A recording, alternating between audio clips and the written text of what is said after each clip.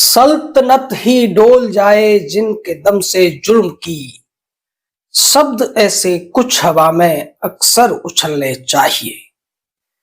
नमस्कार, मैं जनमुक्ता श्रीओम गौतम और मैं ऐसा क्यों कह रहा हूं उससे पहले आप ये क्लिप देख लीजिए।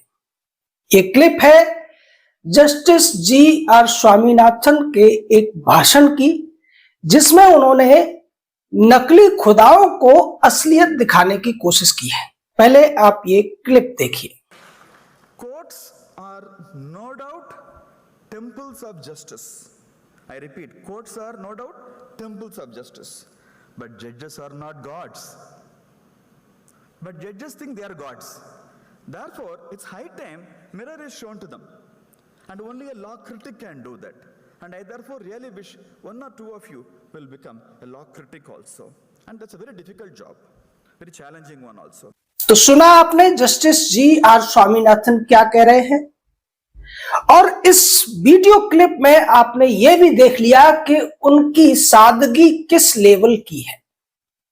एक हाई कोर्ट का जज आधी बाजू की शर्ट पहने हुए और नीचे जो एक लुंगी साउथ इंडिया में खासकर तमिलनाडु केरला में बांधी जाती है, उसको बांधे हुए एक यूनिवर्सिटी के कार्यक्रम में वो भाषण दे रहे थे।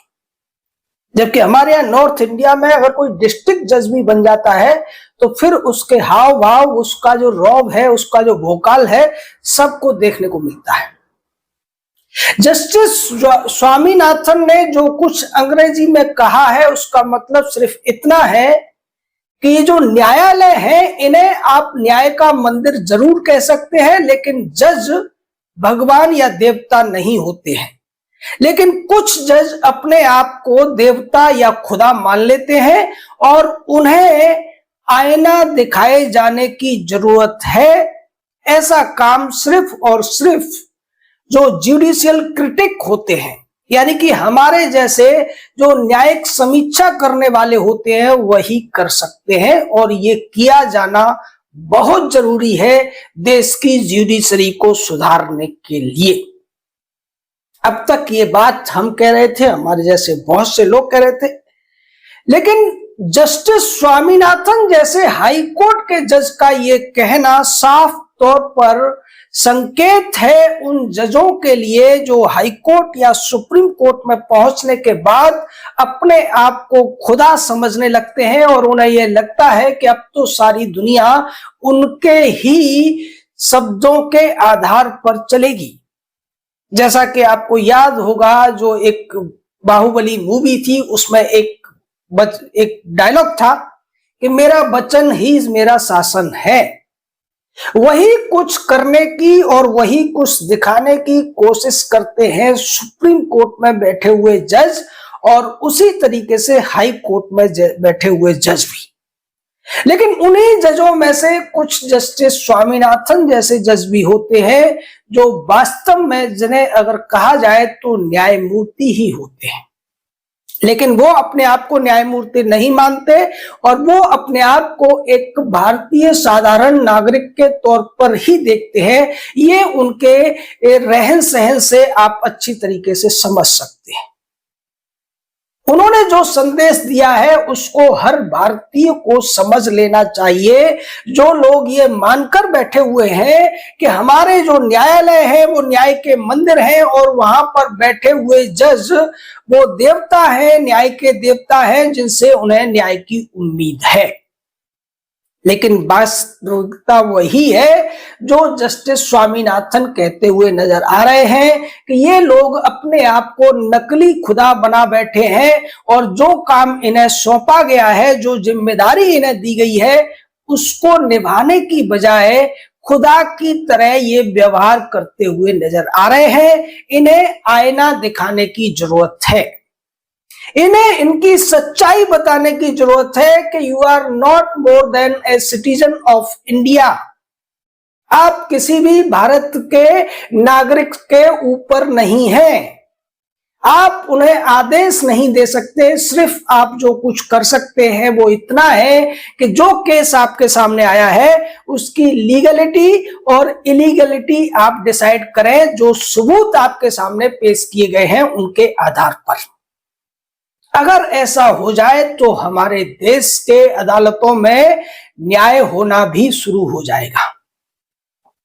जस्टिस स्वामीनाथन ने ये करीब 20-25 मिनट का भाषण दिया था और ये भाषण पुराना है, लेकिन उन्होंने जो बात कही है वो आज भी 100% कहिए कि 200% सच है। अगर जज इस बात को आत्मसात कर लें, अपने आप को एक नागरिक के तौर पर, भारतीय के तौर पर देखने लगे, तो फिर जो पेंडेंसी है वो भी खत्म हो जाएगी। और पेंडेंसी का सॉल्यूशन भी उन्होंने बताया कि पेंडेंसी के बारे में सोचने से पेंडेंसी खत्म नहीं होगी, बल्कि उसे सॉल्यूशन के द्वारा खत्म करना पड़ेगा। और जस्टिस स्वामीनाथन ये करके भी दिखा रहे हैं। आज की डेट में अगर देखा जाए तो भारतीय ज्यूडिशरी में ऐसे गिने चुने ही जज होंगे जो उनके स्तर पर निष्ठापूर्वक न्याय करने का काम कर रहे होंगे। उन्होंने पिछले 8 साल में जिस तरीके से 1,26,000 से ज्यादा केसेस निपटाए हैं, जिसमें 73,000 से ज्यादा तो मेन केसेस हैं, इसको भी ध्यान में रखने की जरूरत है। आप सोचिए कि हमारे देश में हाई कोर्ट और सुप्रीम कोर्ट के मिलाकर करीब 850 जज हैं, जिसमें से 825 जज हाई कोर्ट्स में हैं। अगर उसमें से 100 जज भी ऐसे हो जाए तो पेंडेंसी कितनी जल्दी खत्म हो जाएगी। और सुप्रीम कोर्ट के सभी जज अगर उनकी ये बात मान ले कि वो खुदा नहीं है बल्कि खुदा के बंदे हो सकते हैं, भगवान के बेटे हो सकते हैं, तो फिर वो न्याय करना शुरू कर देंगे, मनमानी करना बंद कर देंगे। और ऐसा कहकर उन्होंने सीधे तौर पर नकली खुदाओं को चुनौती दी है। साथ ही साथ उन्होंने उन लोगों का भी समर्थन किया है जो हमारी तरह से न्यायिक आदेशों की समीक्षा करते हैं बेधड़क होकर। उन्होंने कहा कि ठीक है, जज बनना जरूरी है, देश को जजों की भी जरूरत है, देश को सीजीआई की भी जरूरत है, देश को वकीलों की भी जरूरत है, लेकिन उससे ज्यादा जरूरत देश को उन लोगों की है जो इनके कामों की निष्पक्षता पूर्वक राष्ट्र हित में समीक्षा कर सकें। क्योंकि जब तक समीक्षा नहीं होगी, लोगों को समझ में ही नहीं आएगा कि हुआ क्या है, और उसी समीक्षा का असर दिखाई भी देता है।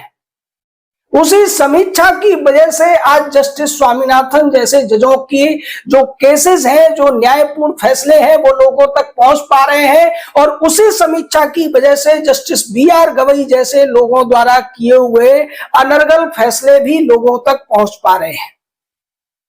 हमने आपको बताया कि किस तरीके से पारदीवाला और महादेवन ने संविधान को ताक पर रखते हुए भारत के राष्ट्रपति को आदेश सुना दिया था, भारत के राज्यपालों को आदेश सुना दिया था। उस फैसले को भी हिम्मत दिखाते हुए स्टे कर दिया था जस्टिस स्वामीनाथन ने। और उसको करने के पीछे यही जो उन्होंने वीडियो में कहा है, यही सिद्धांत था कि वो अपने आप को भारत का एक कर्तव्यनिष्ठ नागरिक मानते हैं और उस भारत का संविधान, भारत के लोग ही उनके लिए सर्वोपरि है। हाई कोर्ट या सुप्रीम कोर्ट के किसी जज की बात को वो केवल इसलिए नहीं मानेंगे कि वो जज है। अगर वो बात न्यायपूर्ण है, वो देश के हित में है, वो समाज के हित में है, वो नैतिकता के अनुरूप है, तो उसको माना जाना चाहिए। लेकिन अगर कोई बात राष्ट्र के हित में नहीं है, राष्ट्र विरोधियों के पक्ष में है, अपराधियों को बचाने के लिए है, देश के दुश्मनों को संरक्षण देने के लिए है, तो उसको बिल्कुल भी नहीं माना जाना चाहिए, चाहे वो सुप्रीम कोर्ट का जज कहे या सुप्रीम कोर्ट का चीफ जस्टिस क्यों ना कहे। क्योंकि ये दोनों भी आपकी मेरी तरह भारत के नागरिक हैं, भारत के या पूरी दुनिया के खुदा नहीं हैं। इन खुदाओं को इनकी असलियत बताने के लिए ये जो वीडियो क्लिप है, ये आप सबको ज्यादा से ज्यादा लोगों तक पहुंचानी चाहिए, जिससे लोगों को समझ में आ सके कि वास्तव में हमारे देश के जो हाई कोर्ट, सुप्रीम कोर्ट के जजों की हैसियत है क्या। उसे छोड़ दीजिए जो विपक्षी पार्टियां बताने की कोशिश करती हैं। जैसा अभी संसद के सत्र में भी ये कहने की कोशिश की गई राहुल गांधी के द्वारा कि सीजेआई को आपने चुनाव आयोग के सिलेक्शन की लिस्ट में से, उसकी कमेटी में से क्यों हटा दिया। राहुल गांधी ये भूल जाता है कि भारत के संविधान में सीजेआई की भूमिका केवल और केवल सुप्रीम कोर्ट तक सीमित है। जब चुनाव आयोग की नियुक्ति पर विवाद हुआ था उस समय एडॉक तरीके से सीजेआई ने उस कमेटी का हिस्सा अपने आप को बनाया था, लेकिन संविधान के अनुसार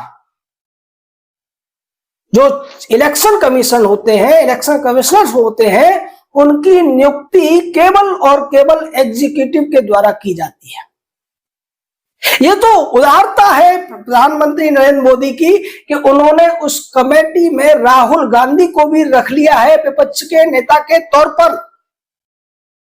लेकिन आज राहुल गांधी अगर विपक्ष का नेता बना हुआ है तो वो उसकी योग्यता नहीं है, बल्कि बी.आर. गवई के गलत फैसले का परिणाम है, जिसमें बी.आर. गवई ने राहुल गांधी की सजा को सस्पेंड कर दिया था, निलंबित कर दिया था, और वो मामला अभी भी सुप्रीम कोर्ट में पेंडिंग है।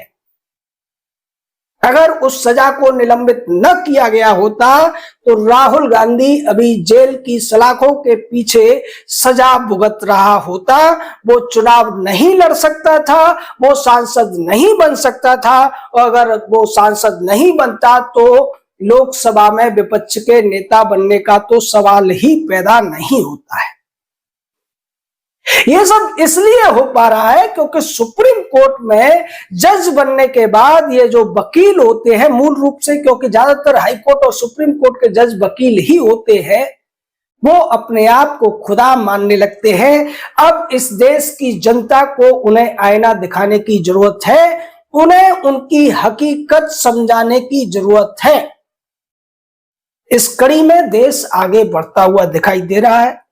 देश में जिस तरीके से जुडिशरी के प्रति जागरूकता फैल रही है, लोगों के भीतर से कॉलेजियम को हटाने की मांग उठ रही है, और उसी मांग के तहत कॉलेजियम के खिलाफ याचिका को भी मजबूरी में कहें या फिर परिस्थितियों बस कहें, भारत के सीजेआई ने सुनवाई के लिए स्वीकार भी कर लिया। हालांकि अभी यह तय नहीं है कि उस पर सुनवाई कब होगी, लेकिन देखिए एक बात समझ लीजिए कि जो मालिक होता है अगर वो जागरूक होगा तो उसके सेवक सही तरीके से काम करेंगे। अगर मालिक लापरवाह होगा, आलसी होगा, अनदेखी करेगा तो नौकर भी ठीक ढंग से काम नहीं करते हैं। वही स्थिति आज भारत की है। जब तक भारत की जनता मालिक होते हुए भी इन मालिक जो नौकर थे उन्हें अपना मालिक समझने की भूल कर रही थी, इसी वजह से जुडिशरी में इतनी ज्यादा अनियमितताएं हो रही थी, गलत फैसले हो रहे थे। लेकिन अब ये जो जनता रूपी मालिक है ये जागने लगा है, और इसकी वजह से अब फैसले भी सुधरने लगे हैं। हालांकि जस्टिस स्वामीनाथन जैसे जज लगातार अच्छे फैसले कर रहे थे, लेकिन उन तक लोगों की पहुंच नहीं थी, क्योंकि मेन स्ट्रीम मीडिया इस तरीके की चीजों को कवर ही नहीं करता है। वो इस तरीके की खबरों को नहीं दिखाता है, वो इस तरीके के स्टेटमेंट्स को नहीं दिखाता है।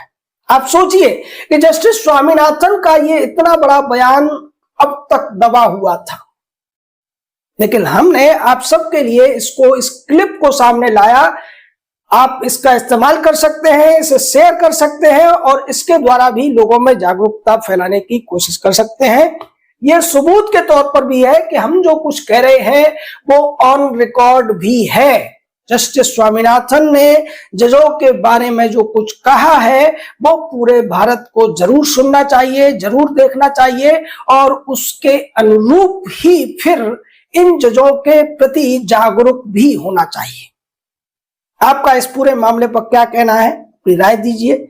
शब्दों की मर्यादा को बनाए रखिए, हमारे साथ जुड़े रहिए, हमारी इस मुहिम का हिस्सा बनिए, जिसमें हमारा एक ही लक्ष्य है कि इस देश की ज्यूडिशरी को सुधारा जाए, कॉलेजियम को हटाया जाए, एनजेसी जैसी संस्था लाई जाए, और जजों के लिए भी ऑल इंडिया लेवल पर कंपटीशन होना ही चाहिए, जिससे आज भारत के हर नागरिक का बच्चा ये समझ सके, ये एम्बिशन रख सके कि वो भी भारत का सीजीआई बन सकता है एक दिन, वो भी हाई कोर्ट सुप्रीम कोर्ट का जज बन सकता है एक दिन। ये तभी संभव है जब पारदर्शी व्यवस्था लागू हो जाएगी।